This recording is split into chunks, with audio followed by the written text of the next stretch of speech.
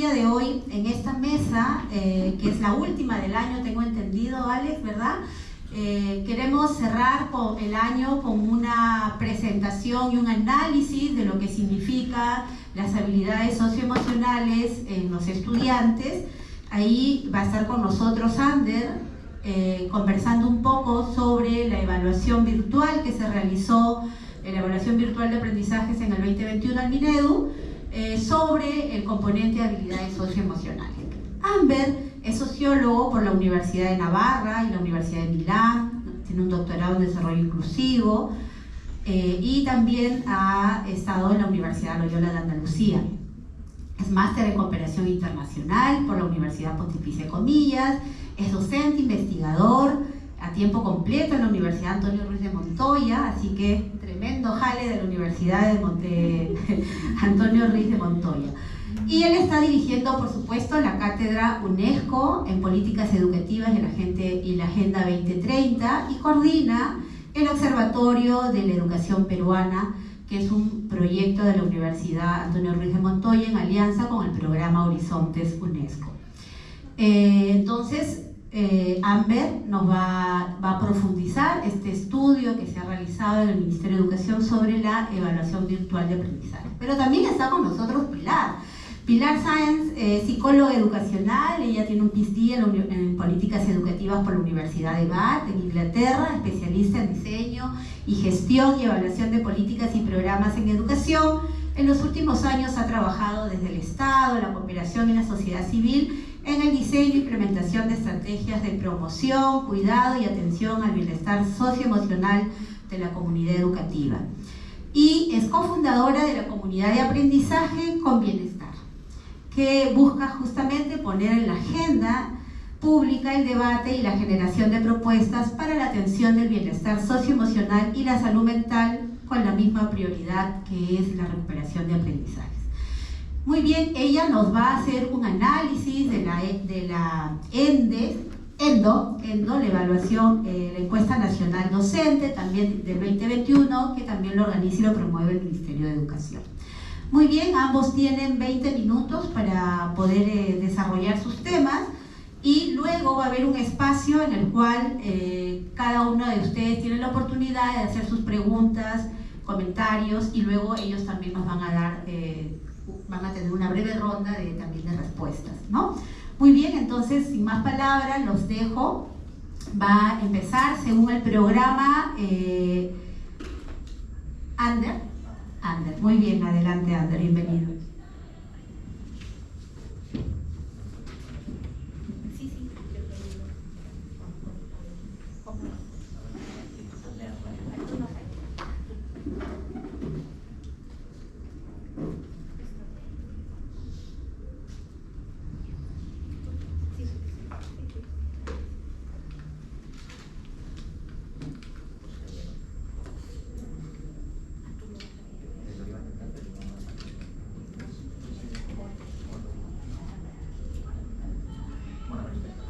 Muchísimas gracias. El día de hoy vamos a estar presentando el informe que estamos terminando el equipo del Observatorio de la Educación Peruana, que ahí tienen al equipo, ya conocen a algunas de las personas. Hoy nos están acompañando Verónica, Gloria y Zadi. El observatorio, como decía nuestra compañera, es un proyecto de la universidad en alianza con el programa Horizontes y nosotros lo que trabajamos es un modelo de evaluación formativa. Incorporamos a estudiantes de los últimos ciclos de la carrera de educación y se incorporan al equipo y van aprendiendo a investigar, van realizando artículos con nosotros. Entonces, bueno, concretamente Verónica y Gloria entraron como estudiantes, ahora ya son egresadas, pero aún así forman parte todavía del equipo del observatorio, por lo cual yo estoy muy agradecido, ¿no? Y tenemos ahora mismo a 2 estudiantes de los últimos ciclos de la carrera que no nos han podido acompañar hoy porque están en clase, que son Diego y Gema, y por último está con nosotros Zadi, que es comunicadora, pero también hace labores de investigación con nosotros. Entonces, concretamente a los estudiantes lo que trabajan con nosotros es entrar en una modalidad de mentoría. Están conmigo, antes también estaban con otra compañera de la universidad, entonces entran como estudiantes en mentoría con nosotros y ahora de hecho Verónica y Gloria son las mentoras de Diego y de Gema para hacer un poco de acompañamiento y también desarrollar habilidades de liderazgo y de trabajo en equipo. sí. Muy bien, el esquema del informe que vamos a presentar, vamos a terminar la próxima semana, esto lo estamos haciendo dentro de la lógica del programa Horizontes precisamente, tiene una introducción, una pequeña introducción de lo que suponen las habilidades socioemocionales, de hecho lo estamos trabajando con materiales de la propia comunidad de práctica. Nos hemos centrado mucho en qué significan las habilidades socioemocionales en el ámbito de los estudiantes, esto a partir de los resultados del módulo de habilidades socioemocionales de la EVA, que un poquito nos estuvieron presentando ya, creo que la directora de la UMC. Estamos trabajando también, bueno, todo el módulo de habilidades socioemocionales se dirige a estudiantes, a docentes, a padres y madres de familia, inclusive a directores. Entonces nos hemos centrado un poquito por ahí, ¿no? En el tema de los docentes, estamos trabajando también con la ENDO 2020 y 2021, ver un poquito cuáles son las diferencias de cómo ha evolucionado. Hemos trabajado también con la ENDI, la Encuesta Nacional a Directivos de Instituciones Públicas, y con el módulo de directores y el módulo de padres y madres de familia. Hoy solo les vamos a presentar un poquito porque en realidad el informe vamos ya como unas 100 páginas, entonces es imposible condensarlo para el día de hoy, ¿no? Muy bien, en la introducción estamos conversando, aquí voy a pasar muy rápido, un poquito de la presencia de las habilidades socioemocionales en el currículo de 2016 y en el proyecto educativo nacional al 2036, y nos queremos centrar también un poquito en este último decreto supremo, el 13/2022 del Minedu, en el que precisamente se han aprobado los lineamientos de la promoción del bienestar socioemocional en los estudiantes de EBR, ¿no? Entonces, bueno, vamos a comenzar con el módulo de habilidades socioemocionales. La EVA tiene estas escalas, creo que son 7 escalas, y algunas de estas escalas tienen varias subescalas, ¿no? Ellos lo presentan, cada una de las escalas son un conjunto, son bastantes preguntas, son más de 100 preguntas las que hay en este módulo, y está muy bien. Bueno, yo quiero destacar, yo que trabajo de hecho preparando materiales, enseñando a los chicos de grado a trabajar y a crear cuestionarios, me parece que está muy bien porque precisamente todas las escalas están ya súper bien construidas, en el sentido de aquellas preguntas que pueden tener una connotación negativa, son ítems inversos, que es algo que no se suele trabajar tan bien. Yo he trabajado con algunas escalas psicométricas aquí en la universidad, que luego se tiene el problema de cómo lo conviertes una vez que tienes todo el cuestionario, ¿no? Aquí lo que hemos visto es que funcionaba perfecto. Entonces, bueno, vamos a presentar un poquito estas escalas. Las escalas van de 1 a 4, ¿no? en este módulo de habilidades socioemocionales. Nosotros hemos categorizado, al interno nuestro, que aquellos que están entre 3 y 4 son un nivel alto, las que están entre 3 y 2 un nivel medio, y las que están entre 2 y 1 un nivel bajo, ¿no? Ahí que vemos, ahí lo que vemos es que la escala de responsabilidad es la que por poquito entra en un nivel alto, ¿no? Tiene creo que era 3,1, ¿no? 0,01. O sea, por poquito está en el nivel alto. El resto de escalas, el promedio, es un nivel medio. Entonces lo que estamos viendo es que quizás, bueno, ahí tenemos el elemento de la responsabilidad, está bastante bien. Luego, como veremos, difiere mucho a nivel territorial también. Sí, avanzamos. Hemos calculado también las correlaciones que hay entre las distintas escalas, ¿no? Aquí lo que vemos es que, bueno, quienes sepan de estadística saben que una correlación va de -1 a 1, cuanto más cerca de -1 la correlación es inversa, cuanto más sube un ítem baja el otro, y cuanto más cerca de 1 es que suben de manera pareja, ¿no?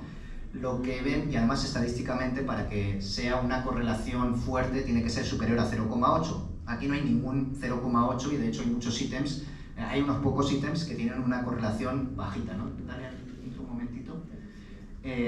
Nosotros nos hemos quedado con aquellos que están por encima del 0,5, es una correlación moderada, ¿no? Y inclusive lo que hemos visto, si es que no veo...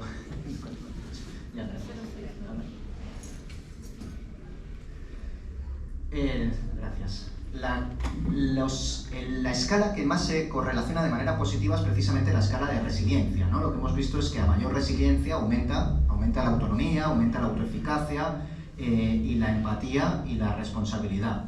Por otro lado, lo que nos hemos dado cuenta es que también la escala que tiene una correlación, que no tiene correlación, inclusive la única que presenta una correlación inversa, es la escala de toma de decisiones. Entonces aquí lo que estamos viendo precisamente es que no hay una relación entre la capacidad de toma de decisiones de nuestros estudiantes con el resto de conjunto de habilidades socioemocionales que se están trabajando en la escuela, ¿no? Podríamos inclusive pensar que tenemos un conjunto de estudiantes que son indecisos en cómo trabajan. Bueno, ahí ya solamente quería destacar que resiliencia con autonomía y autoeficacia son los valores más altos, ¿no? Por sexo, hemos trabajado también mucho, el trabajo que hemos hecho en el informe es con un enfoque con un enfoque transversal de género, que es uno de los enfoques del observatorio, y con un enfoque de ruralidad. Entonces queremos comparar mucho cuáles son las diferencias que hay entre el género y el área de los estudiantes, de los docentes, de los padres y madres de familia, de los directivos, ¿no? Aquí, como son escalas que no se ven mucho, en realidad lo que hemos trabajado ha sido para visibilizar, ¿no? Hay muy pocas diferencias por sexo, y lo único que hemos encontrado es que hay una leve diferencia y una mayor autoeficacia en los varones y una mayor autonomía en los varones. Pero en realidad es una diferencia muy pequeña, ¿no? Prácticamente no hay diferencias significativas, en el resto de escalas no hay diferencias significativas. Y en el caso no hay diferencias por área en estas escalas. Luego veremos que a nivel cuando lo empezamos a desglosar sí que vemos algunas diferencias por área y por sexo, ¿no? Pero a nivel general solo hemos encontrado autoeficacia y autonomía, y es una diferencia muy leve. Hemos graficado, bueno, lo que nos ha llamado la atención es que no han hecho esta EVA, no hay datos ni en Moquegua ni Madre de Dios. Son las dos regiones donde no había ningún estudiante, no había ningún director, no había datos de estas dos regiones, ¿no? Y lo que hemos calculado es, a nivel, con esta misma escala que les hemos presentado al principio, bueno, hemos visto todas las escalas que hay, ¿no? En autorregulación, todas las regiones tienen un nivel medio. En autoeficacia es precisamente Amazonas, una de las regiones donde está el programa Horizontes, donde está en un nivel muy bajo, ¿no? Estamos hablando de que ya está prácticamente cercano al 2. En autonomía tenemos unas cuantas regiones que tienen un valor alto. En empatía hay muchas más regiones que tienen un valor alto. De hecho, aquí lo que nos destaca es que Loreto, Tumbes y Piura son algunas de las regiones donde tenemos prácticamente los valores más altos, ¿no? En general. Como vemos, a nivel territorial es la escala de responsabilidad la que presenta un conjunto de mayores valores, ¿no? Muchísimas regiones tienen una mayor cantidad de valor alto en promedio, y una vez más vemos que tenemos las mismas que tenemos otra vez, siempre está Loreto, Tumbes y Piura, ¿no? En el caso de la resiliencia también, y en cambio cuando hablamos de la toma de decisiones, aquí lo que nos destaca es que es Tumbes esta vez la que presenta el valor más bajo en toma de decisiones. Así como Tumbes presentaba valores altos en la gran mayoría de escalas, en esta escala de toma de decisiones es la que presenta prácticamente el valor más bajo en promedio de todas las regiones. Cuando aquí me aparecían 17 gráficos, en realidad entonces he preferido mantenerlo así, bien sencillito. Cuando las hemos trabajado las subescalas por área y por sexo, lo que hemos visto es que en el caso de la autoeficacia hay una leve mayor autoeficacia en las 3 escalas de los varones, ¿no? Y sin embargo no hay diferencias por área. Cuando hablamos de autonomía, también hay en las dos subescalas que presenta de autonomía, hay una pequeña mayor diferencia en el caso de los varones que de las mujeres, no hay diferencias por área.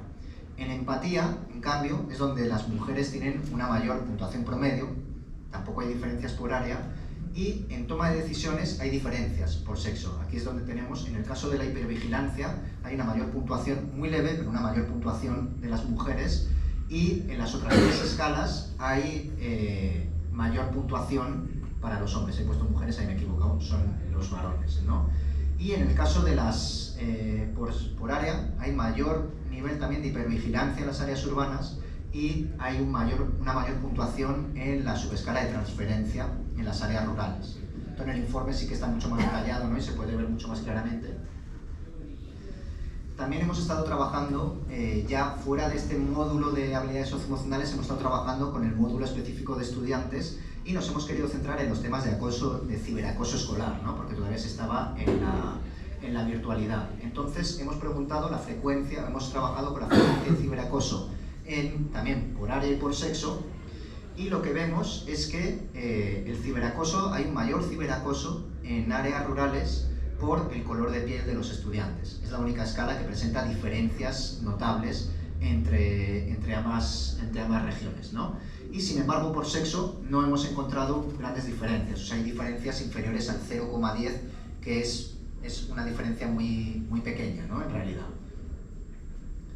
También hemos puesto el ojo en el bullying en las aulas. En este caso solo lo estamos presentando por sexo, que era la única que sí que tenía un poquito de peso, y lo que sí que vemos es que ha habido razones de exclusión, aislamiento o formas de ignorar a los estudiantes en las redes sociales o en los chats. Aquí estamos entendiendo que puede ser Facebook, puede ser el WhatsApp de la clase, y sin embargo quienes presentan un pequeño mayor nivel de exclusión son las estudiantes mujeres, en este caso, ¿no? Igualmente recordemos que los valores siempre van de 1 a 4, o sea que en realidad estamos en un nivel bajo de exclusión, pero sí que hay un leve mayor nivel de exclusión en el caso de las mujeres.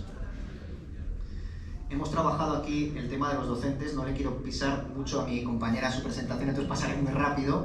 Aquí hemos visto que para los docentes, tanto en el año 2020 como 2021, había dificultades para trabajar las habilidades socioemocionales en el aula.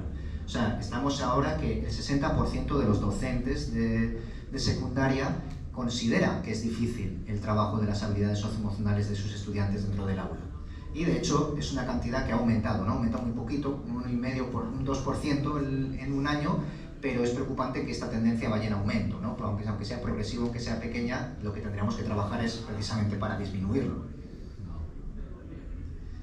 Y hemos querido vincular también qué situaciones de riesgo se dan en los adolescentes que se han detectado en las clases de tutoría, ¿no? Aquí se ha trabajado mucho todo el tema de tutoría y orientación educativa, que es algo que también se trabaja en este nuevo decreto del Ministerio. Y lo que hemos visto, bueno, la mayor situación de riesgo que han detectado los docentes es la disminución del rendimiento escolar, ¿no? Seguido del agotamiento físico y emocional de los estudiantes. Por otro lado, consideramos positivo es que no hay casi consumo de sustancias estupefacientes en los estudiantes de secundaria, ¿no? ¿Cuáles son las mayores diferencias que hemos encontrado por área? Bueno, hay una mayor adicción a los videojuegos en las áreas rurales, o al menos esto consideran los docentes.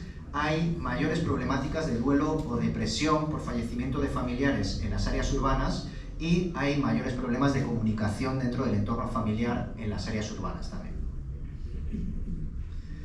Con respecto a las percepciones de la situación socioemocional de los estudiantes, hemos visto que hay diferencias, hay mayor desmotivación para el aprendizaje en áreas rurales, hay mayores problemas también para concentrarse o recordar información nueva en las áreas rurales. Esta, de hecho, a mí personalmente es la que más me preocupa porque es la mayor diferencia entre las áreas rurales y urbanas, es casi medio punto de diferencia entre ambas regiones. También hay un mayor nivel de percepción de cansancio en áreas rurales, y hay mucho más leve, pero también hay diferencias en el desánimo de los estudiantes en las áreas rurales. Con respecto al personal directivo, hemos estado viendo cuál es la preocupación para los directivos del trabajo, del desarrollo de las habilidades socioemocionales de sus estudiantes y cómo esto impacta, ¿no? en los resultados educativos. Y lo que hemos visto es que los directivos varones consideran que un desarrollo de habilidades socioemocionales disminuye el acoso sexual, ¿no? Los directivos piensan, los directivos varones frente a las directivas mujeres, ¿no? Esta escala, ya en vez de ser de 1 a 4, pasa a ser de 1 a 5, pero sí que creen firmemente los directores y directoras que hay una menor probabilidad de acoso sexual, por un mayor desarrollo, ¿no? Y también hay una mayor sensación de mayor participación igualitaria a través del desarrollo de las habilidades socioemocionales en las áreas rurales que en las urbanas. Había una pregunta también muy interesante aquí relacionada con la tutoría y la orientación. Aquí lo que estamos comparando es, en la izquierda estamos viendo la falta de interés o rechazo de los docentes frente a la falta o rechazo por parte de los padres y madres de familia. Y lo que vemos es que la perspectiva de los directores es que los padres y madres de familia hay mucho mayor rechazo en el caso de los padres y madres que de los directores de abordar el desarrollo de habilidades socioemocionales. Y de hecho, aquí hay diferencias de más de un punto en algunos de los casos, ¿no? O sea, los directores consideran mucho más fácil trabajar con sus docentes que con los padres y madres de familia. Y esto también nos genera una dualidad, ¿no? Si no hay unas facilidades de las instituciones educativas para trabajar con las familias, estamos fallando también al incorporar a los estudiantes a todo el desarrollo, o sea, a los padres de familia y las madres de familia, al desarrollo de las habilidades socioemocionales, ¿no? Aquí directamente ni he tomado, porque es que la diferencia es tan abismal que todos los niveles de dificultad hay una diferencia brutal. En el caso de las ideas clave de los directores... Estamos bien, ya. En el caso de las ideas clave, hay menor satisfacción sistemáticamente en la muestra de directivos, ¿no? Esta diferencia es, o sea, la escala con menor satisfacción es esta atención al soporte y la contención emocional que se brinda a los estudiantes. Y hay mucha diferencia en la valoración de la toma de decisiones, que si recordamos era precisamente la escala con menor puntuación. Entonces aquí vemos precisamente dónde surgen las dificultades, ¿no?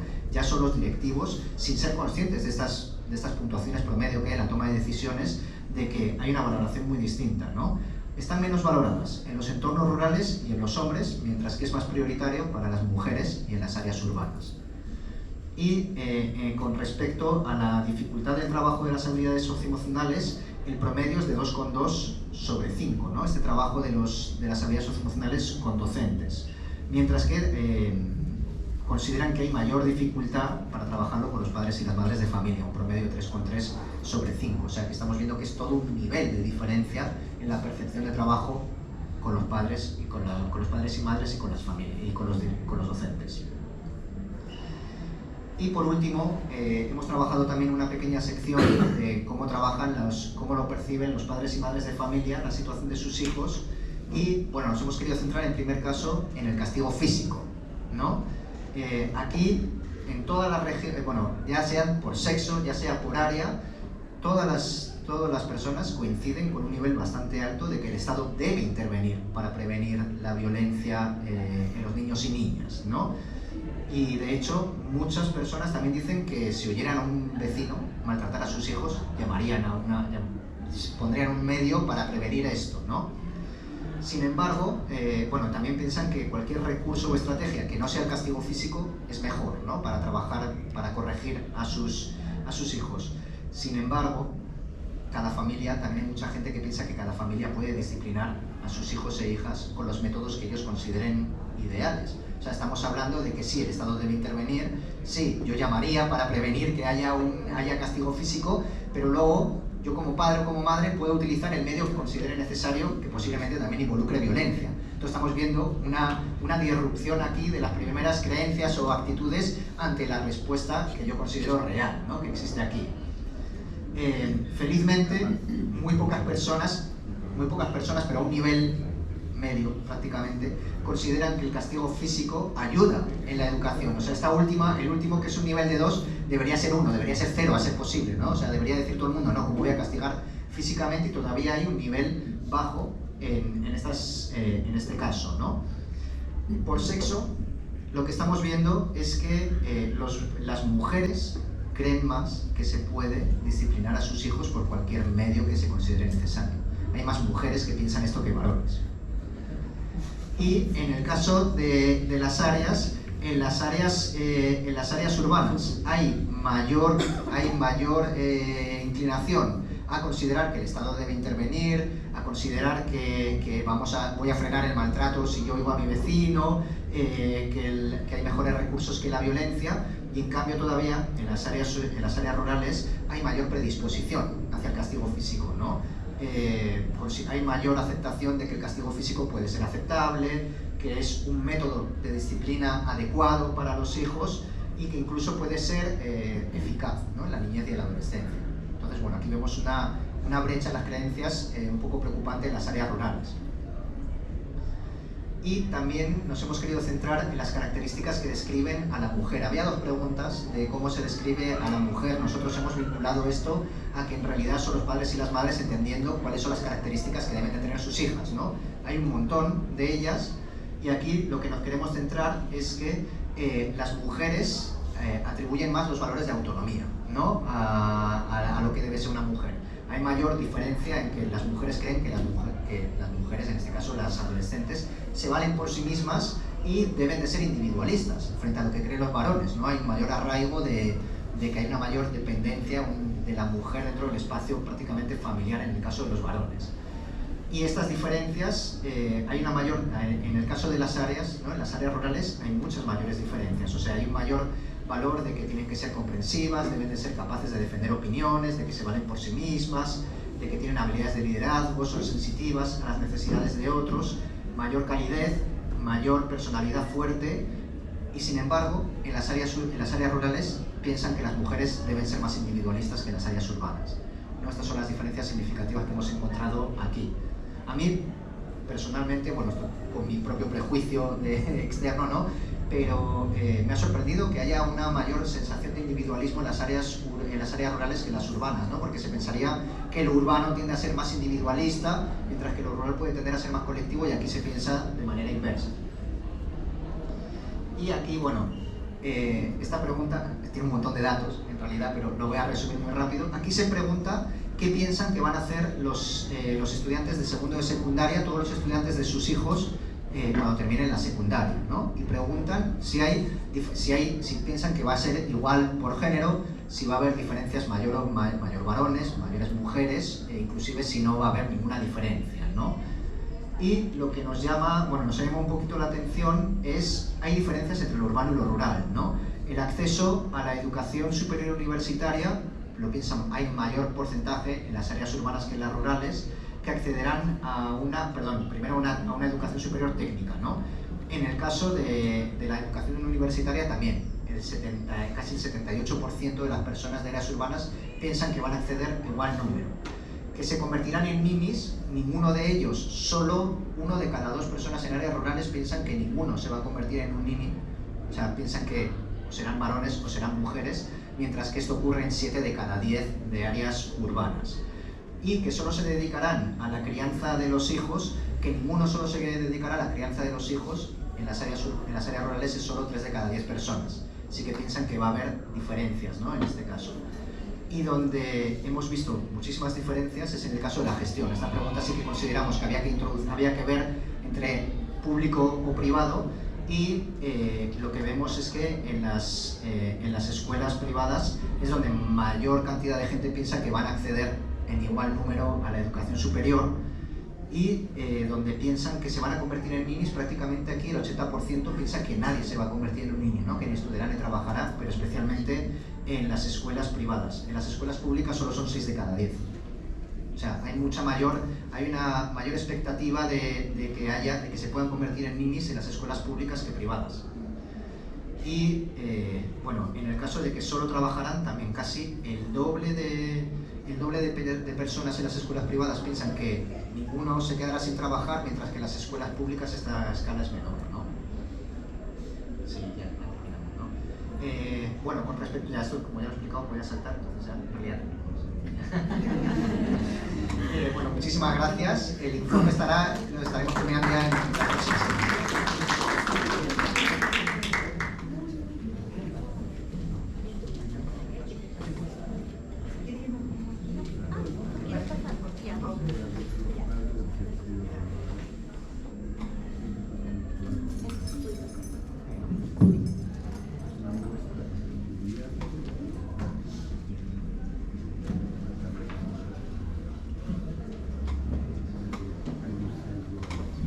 Gracias. En realidad ahí, justo lo comentábamos con Alex, hay un estudio también de desarrollo de habilidades socioemocionales en docentes, pero lamentablemente no hubo suficiente tiempo. Esperamos que una de las primeras presentaciones para ya el 2023 sean esos resultados, pero sin embargo teníamos disponibles los resultados de la encuesta nacional de docentes que aborda distintos aspectos de bienestar docente. Entonces, si vemos también el desarrollo de habilidades socioemocionales dentro de un encuadre más amplio de bienestar, nos parecía importante el poder conocer también un poco cómo están el bienestar socioemocional y la salud mental de los docentes a partir de lo que pueda decir la ENDO. Esto destacar también que es un esfuerzo de trabajo en colaboración del Ministerio de Educación a través de la Dirección de Bienestar y Promoción Docente, la DIBRET, con la institución Pulso de la Católica y el Grupo de Investigación de Psicología Comunitaria de la misma universidad. Vamos a ver un poco los antecedentes en el trabajo con la data, una referencia breve y rápida a la metodología seleccionada para ver un poco los resultados y las implicancias de la política. Queríamos empezar un poco trayendo, ¿no?, la definición de bienestar docente que tenemos en la normativa actual, ¿no?, donde queríamos destacar ahí esto del grado de satisfacción que experimentan los docentes en relación a diferentes dimensiones. No es un concepto multidimensional, se habla de condiciones personales, ¿no?, de condiciones sociales, profesionales y materiales, lo cual les permite o no ejercer su labor de manera óptima y significativa en las instituciones educativas públicas. Traíamos también el concepto porque todo el abordaje al bienestar, en este caso, va a coger una parte, ¿no?, un concepto bastante amplio. Entonces los datos que presentamos a continuación giran básicamente en torno a la salud mental. Como antecedentes, señalarles que hay diversas fuentes de información, ¿no? En la mayoría de casos son fuentes declarativas, o sea, no estamos hablando de diagnósticos, y eso es un tema importante, una precisión importante. Y esto al inicio, además de la pandemia, estaba todo como muy disperso. Una de las cosas que nos deja la pandemia es la imperiosa necesidad de articular diferentes bases de datos, ¿no? Y entonces ha sido algo que en estos 3 años se ha podido avanzar, y gracias a ello tenemos un poco la información ahora como más integrada. Por supuesto, siempre se puede hacer mejor, no sé si se logra ver, pero durante la época de la pandemia fue súper importante, por ejemplo, toda la data del COVID que venía del MINSA, ¿no?, para tanto contagios como fallecimientos, todo lo que viene de la encuesta nacional, que en gran parte de lo que vamos a presentar ahora. Se estuvo también levantando información de una declaración de salud, ¿no?, por toda la afectación que hubo en la salud de docentes. Semáforo Escuela, ¿no?, también recogió información relacionada a bienestar docente, y evaluaciones que se hicieron ya puntualmente en relación a estos temas. Entonces, digamos, sí teníamos una base de información bastante amplia, y entonces el reto era cómo poder cruzar esta información. Gracias a los posibles cruces que hubieron, entonces se pudo, por ejemplo, configurar la estrategia de atención y contención emocional de escucho docente, que viene funcionando desde julio del 2020 por parte del Ministerio de Educación. También se estuvo desarrollando durante el año pasado reportes mensuales de la situación de salud y bienestar docente, ¿no? Eso ya lamentablemente se descontinuó, y el poder establecer alianzas para sacar este tipo de reportes como los que estamos presentando ahora, de manera de policy brief, y que es de libre acceso. En relación a la información que vamos a presentar ahora, señalar solo 4 precisiones. Es una data más cuantitativa que busca caracterizar la salud mental del cuerpo docente y cuantificar también el impacto de la pandemia sobre este bienestar socioemocional. Como van a ver, hay diferentes fuentes de información, principalmente de la ENDO, pero esto sí ha sido para poder cruzar. Se utiliza el Nexus justamente para dar cuenta de estos cruces, pero están también el registro de atenciones de la estrategia de escucho docente, el sistema informático nacional de defunciones, también se incluye en este caso, y el sistema integrado por COVID. En cuanto a las limitaciones o consideraciones, en todo caso, lo que ya se mencionó son autorreportes de malestares, no se trata de diagnóstico. Ha habido, como ya hemos dicho en presentaciones anteriores, variaciones también en la aplicación de la ENDO, ¿no? Cuando se ha aplicado 2020, 2021 y la que se va a aplicar este año es una versión mucho más corta por ser aplicada de forma virtual, y también hasta el año pasado teníamos solo los reportes del MINSA de atenciones, y eso, si bien era importante, sabemos que la mayoría de docentes del cuerpo docente está afiliado a salud. Entonces, para este año ya tenemos también las atenciones de salud, que es la que vamos a presentar también ahora. En primer lugar, como ya esto recoge también ya los resultados de la ENDO 2021, es decir, la que se levantó, o sea, esa información hasta el segundo año de pandemia. La ENDO 2022 recién se está aplicando o se está por aplicar en estas semanas, entonces tengamos la información hasta el final del segundo año de pandemia. Y entonces lo que vemos, los indicadores de malestar psicológico básicamente referido a estrés, ansiedad y depresión, es lo que se ha venido levantando desde el 2014, y lo que ya veíamos el año pasado es que en la época de pandemia, o sea, el 2020, el indicador de estrés se dispara. Y para el año 2021 lo que vemos es una ligera disminución, ¿no? Ahí aparece además la distinción hombres-mujeres, siendo las barras grises los hombres, las barras azules las mujeres. Entonces vemos mayor incidencia de forma constante, ¿no?, a lo largo de los años del estrés en las mujeres. Y la otra distinción que también presenta el gráfico en las líneas, que no sé si llegan a distinguir, la roja y la amarilla, es el ámbito, ¿no? Siendo la línea roja lo urbano y la línea amarilla lo rural. Entonces, la mayor incidencia también en cuanto a estrés o a percepción de estrés se da en el campo urbano sobre lo rural.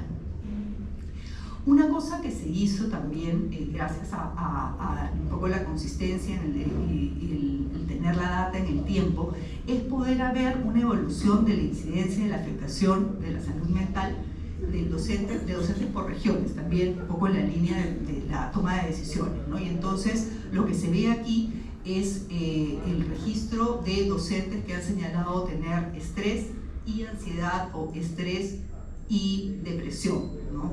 Porque pueden haber más de una mención. Entonces lo que vemos desde la evolución de la ENDO 2018-2021 es un poco, hemos categorizado 3 niveles de incidencia, ¿no? La gris es de baja incidencia, de 0 a 20%. La rosada es de incidencia intermedia o moderada, de 20 a 40, y las rojas son zonas de alta incidencia. Entonces lo que vemos, el mapa en el 2018 es un mapa gris, aunque ya con algunas zonas, ¿no?, de mediana incidencia. En el 2020, que viene la pandemia, el mapa cambia completamente de color, ¿no?, un color rosado, también con algunas zonas rojas. Y en el 2021 empiezan a haber algunas regiones un poco más grises, pero sigue siendo la incidencia mediana o alta, ¿no? Entonces eso es un poco lo que busca graficar estos mapas. Y luego era un poco ir preguntándonos ¿y qué genera? O sea, la literatura también es bastante amplia en ver qué factores son los que están relacionados a la generación del estrés. Y entonces Ander ya mencionaba, por ejemplo, algunas cosas que se vinculan al quehacer docente y a la percepción que tienen los docentes de contar con los recursos, con las condiciones para poder hacer frente, ¿no? Y entonces hay unas actividades que recoge la ENDO, y lo que se destaca aquí es que ya desde el año pasado 2 actividades se dispararon en esta sensación de percibir de alta dificultad. Una es la que mencionó Ander, que es todo lo que es atención a situaciones y problemas socioemocionales de los estudiantes, y la otra, que también tiene una alta incidencia, es justamente la de atención y coordinación con las familias, que también mencionaba, ¿no? Entonces esto no solo se mantiene, sino que aumenta ligeramente durante el segundo año de pandemia. Lo otro es la proporción de docentes que señalan sufrir o haber sufrido estrés, ansiedad, depresión, según la dificultad percibida, ¿no?, en el quehacer profesional. Entonces, como es un poco lógico, quienes perciben mayor dificultad en las tareas son los que tienen o perciben también mayores niveles de ansiedad en comparación con los que perciben la tarea no tan difícil, que es lo que nos presenta las gráficas del otro. Otro factor que está también generando una diferencia en la percepción de los malestares psicológicos es la condición docente, y esto ya lo veíamos el año pasado y se mantiene para este año, y es que hay mayor percepción de malestares psicológicos para los docentes contratados en comparación a los docentes los nombrados en los contratados. En todos los casos, como ven, las barras celestes implican estrés, la roja es ansiedad y la gris es depresión.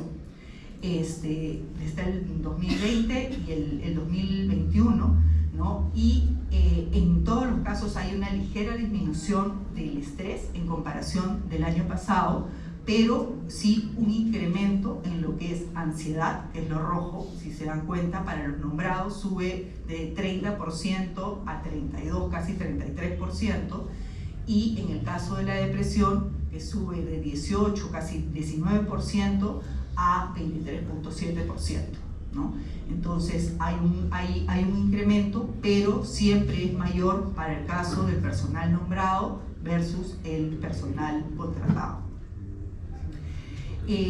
Lo otro que también condiciona la percepción de malestares psicológicos, y es también, digamos, otro sentido común, es aquellos docentes que han sido contagiados por COVID, tanto ellos como el entorno familiar. Entonces, en este caso también hay mayor percepción de estrés, ansiedad, depresión para aquellos que han sido contagiados o cuyos familiares han sido contagiados, que eso es lo que también se ve en relación, lo que cruzan los gráficos es la percepción de malestar, comparación en años, ¿no? Pero básicamente es esto que les cuento.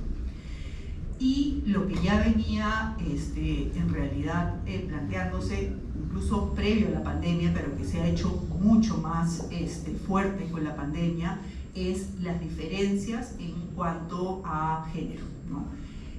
La relación entre malestares psicológicos en docentes y diagnósticos positivos en COVID según género, que es lo que vemos en el primer gráfico, es que siempre la percepción de las mujeres, ¿no?, estos malestares es mayor. Lo veíamos en el caso del 2020, todos los indicadores de las mujeres, ¿no?, eran mayores, si comparan el primer y segundo gráfico. Y del costado está en el 2021. Si bien, nuevamente, los indicadores de estrés bajan, los de ansiedad y depresión han subido ligeramente, tanto en el caso de hombres como de mujeres, pero en mayor proporción en el caso de las mujeres.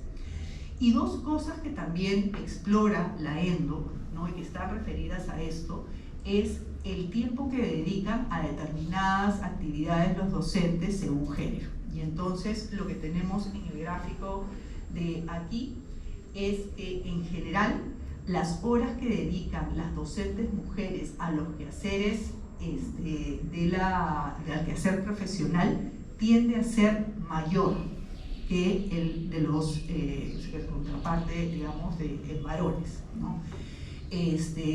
Lo que hacen en la ENDO se recoge por bloques de horas, ¿no? O sea, acá ya no veo, pero las medidas de la izquierda es si se dedican menos de una hora, ¿no? Y entonces ahí los que se dedican 1 hora y los que se dedican de más de 1 a 3 horas. Entonces las docentes mujeres siempre se aparecen con mayor proporción en una dedicación mayor.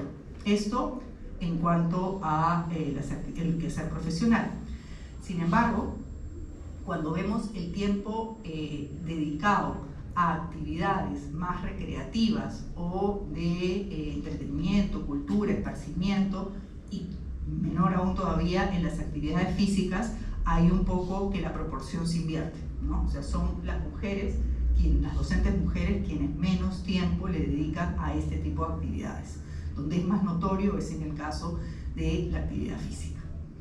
Ahora, frente a eso, un par de datos para ir cerrando, es cómo se ha respondido, ¿no? Entonces hablamos de los servicios de soporte emocional y atención psicológica a los docentes, y acá también hay una información importante en relación a la importancia del territorio, y es que aquí vemos una comparación también 2020-2021, y es lo que refieren los docentes de dónde han buscado estos servicios de soporte o de dónde se han brindado. Y mayoritariamente aparecen los territorios a través de las DRE, la SUGEL y las mismas instituciones educativas como los lugares donde reciben este soporte, ¿no? En segundo lugar está lo de familiares y amigos, luego algún psicólogo particular, los servicios de MINSA de salud, y luego está otros, y lo que ha dado el Ministerio a través de Te Escucho Docente.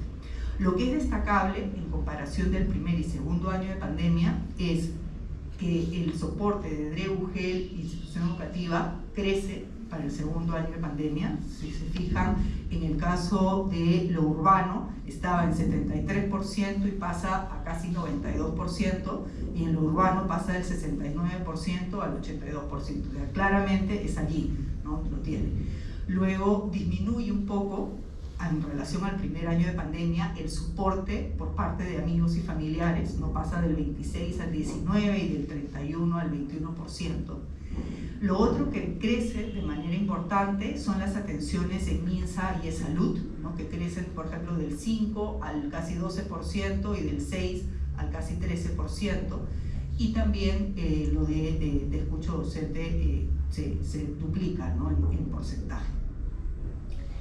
Y cuando vamos a ver las atenciones en los establecimientos de MINSA y eSalud, lo que también vemos, como pueden ver con la comparación en años, es un crecimiento significativo en atenciones referidas a lo que según la categorización formal que se utiliza de trastornos mentales y de comportamiento. Si lo vemos según género, que es el primero de aquí, donde los azules es el año 2020 y el rojo es el 2021. En el caso de los hombres, estas atenciones pasan en el 2020 de 10.360 atenciones a 23.120 en el segundo año de pandemia, ¿no? En el caso de las mujeres, docentes mujeres, pasa de 24.600 atenciones en el 2020, el primer año de pandemia, a 56.800 en el segundo año. Entonces hay un crecimiento de más del 100% entre el primer y segundo año de pandemia, y va a ser importante también el ver cómo esto continúa en este año de 2022. Lo otro, el siguiente gráfico presenta también esta distribución de atenciones, pero según grupos etarios, ¿no? Y entonces ahí lo que vemos es nuevamente lo rojo es el 2021, lo azul es el 2020, y los grupos etarios donde se concentran estas atenciones es entre los 40 y los 60 años, que también tiene que ver un poco con la distribución etaria del cuerpo docente, ¿no? Esta aquí, bueno, es solamente la del MINSA, pero la tendencia es la misma, ¿no? Entonces, lo que veíamos como implicancias para la política docente, bueno, la política en general, es cómo la agenda de salud mental y bienestar socioemocional que ya se plasma en el proyecto educativo nacional para los próximos 15 años nos reafirma a que la atención a la salud mental y el bienestar socioemocional no es solamente una respuesta a una coyuntura, sino tenemos que aprovecharlo para colocar como una política permanente. Entender el bienestar como un fin en sí mismo y no solamente instrumentalizarlo, porque muchas veces está el discurso de que estén los docentes bien para poder dar continuidad a los servicios educativos cuando es un fin en sí mismo y es un derecho, ¿no? El reconocer su centralidad implicaría en las escuelas con cultura institucional de soporte, protección y cuidado a estudiantes, docentes y en realidad el personal de la escuela, y el acceso a servicios de atención y cuidado en la salud mental. Entonces aquí todo el trabajo intersectorial, territorial, se hace fundamental. Lo otro que vemos que es súper importante es poder seguir contando con información confiable, oportuna y diferenciada, ¿no? Para estar mejor preparados y reaccionar adecuadamente, detectando de manera temprana estos casos, ¿no? Y aquí esto que se está haciendo de poder diferenciar también las situaciones por regiones, incluso por ámbitos locales, también se hace súper necesario, ¿no? Lo otro que ya veníamos planteando desde el año pasado es responder adecuadamente frente a una afectación diferenciada. Urge incorporar también el enfoque de género en el desarrollo de programas de atención a la salud mental y bienestar de la comunidad educativa, reconociendo claramente una situación de riesgo mayor en el caso de las mujeres, según además distintos ámbitos de trabajo y según la condición laboral. Lo otro es claramente priorizar la formación y desarrollo de recursos para la atención socioemocional de las y los estudiantes, que incluye el desarrollo de las habilidades socioemocionales, y poner especial atención, ¿no? a los roles asignados, MINEDU, DRE, UGEL, ¿no? Para fortalecer la capacidad de las respuestas de las IGED en la provisión de estos servicios de bienestar, ¿no? Establecer una normativa que oriente la elaboración de planes de bienestar regionales, que ya se incorpora en los últimos lineamientos justamente de habilidades socioemocionales. Se habla de estos comités de gestión de bienestar y se demanda la preparación de estos planes de bienestar regional. Entonces deberíamos ahí poder incorporar claramente el bienestar docente. El fortalecimiento de las capacidades tanto operativas que de gestión de los equipos a cargo de las estrategias de bienestar que vienen desarrollando la DRE y UGEL.